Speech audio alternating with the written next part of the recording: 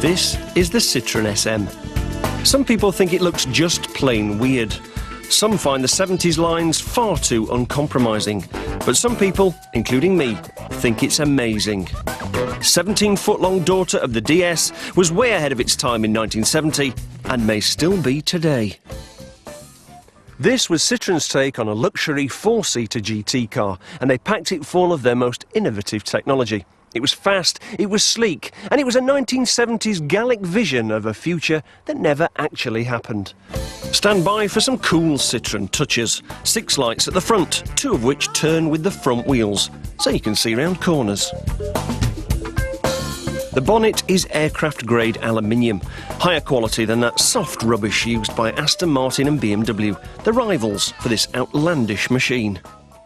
Under the bonnet was a 2.7-litre quad-cam V6 engine donated by Maserati, producing 178 brake horsepower, which made the SM one of the most powerful front-wheel drive vehicles in the world.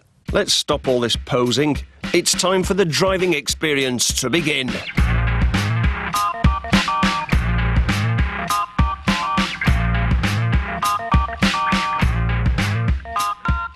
At lower speeds, the car doesn't feel particularly quick. It's very heavy and the engine just doesn't really pick up.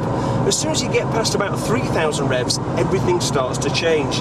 The exhaust note improves, the sound of the engine becomes metallic and rorty, and all the suspension, the steering seems to firm up. So it suddenly takes on a completely different character from the floaty barge that it feels at low speed. So you just feel like you want to point it at the horizon, pull the trigger, next stop, Saint-Tropez.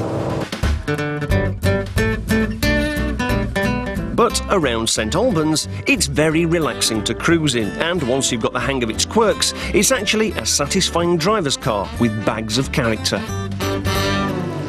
Now the brakes are fantastic. There's powered discs front and rear, and there's even a system which adjusts the braking pressure depending on how much weight is in the car.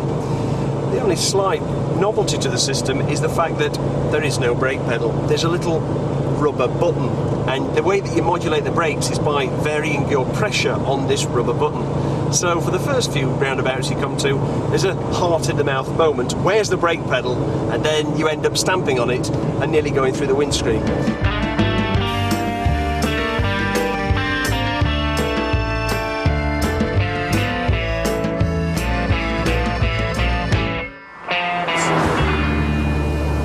Because the SM was so innovative and some of the technology wasn't particularly well developed when it first came out, a lot of urban myths have grown up around the car. One of which is that if you press the button for the air conditioning at certain revs in certain models, the whole engine will explode. Sounds unlikely, and I'm not prepared to test it. The SM has always had plenty of admirers. Idi Amin, Mike Halewood and Graham Greene were all big fans. And I'm sure there are lots of drivers who are still alive who rate the SM, like me.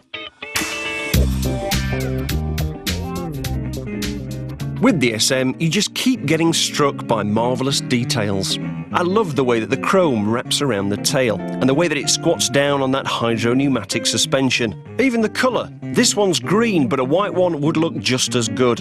Imagine that, a car that looks good in white. If you want one right now, you'll be disappointed, because these cars are getting rare. But the major barrier to SM ownership is the cost. A nice car like this one will cost you £20,000, and if things go wrong, it'll get very expensive. A clutch is £1,000, a timing chain £1,200, and a new engine £7,000. But don't be too scared, there are specialists out there, and a good, strong car can be kept healthy if you're sensible. Well, whether you're up for it or not, it's been a pleasure to get behind the wheel of one of the world's coolest classics.